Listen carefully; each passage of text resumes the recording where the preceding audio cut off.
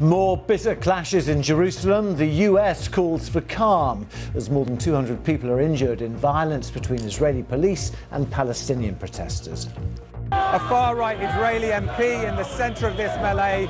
Palestinians deeply unhappy about the settlement on the street that's been here for many years. It just takes a spark to make these things ignite. Protests in Brazil after a deadly police operation which killed 25 people. The UN is calling for an independent investigation. We follow the story of one young man's role in the ongoing resistance in Myanmar.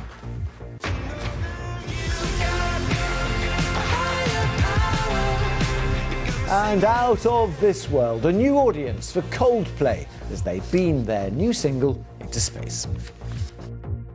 President Biden has insisted his economic program remains on track, despite disappointing jobs figures for April. Mr. Biden said that although only 250,000 new posts had been created last month, his American Rescue Plan was designed to roll out over the course of the whole year. A federal grand jury in Minneapolis has indicted 4 former policemen for civil rights violations linked to the killing of George Floyd. One of those indicted is Derek Chauvin, who has been found guilty of murdering Mr. Floyd, an unarmed black man. The US says it has no plans to shoot down the remains of a Chinese rocket which could plunge to Earth sometime this weekend.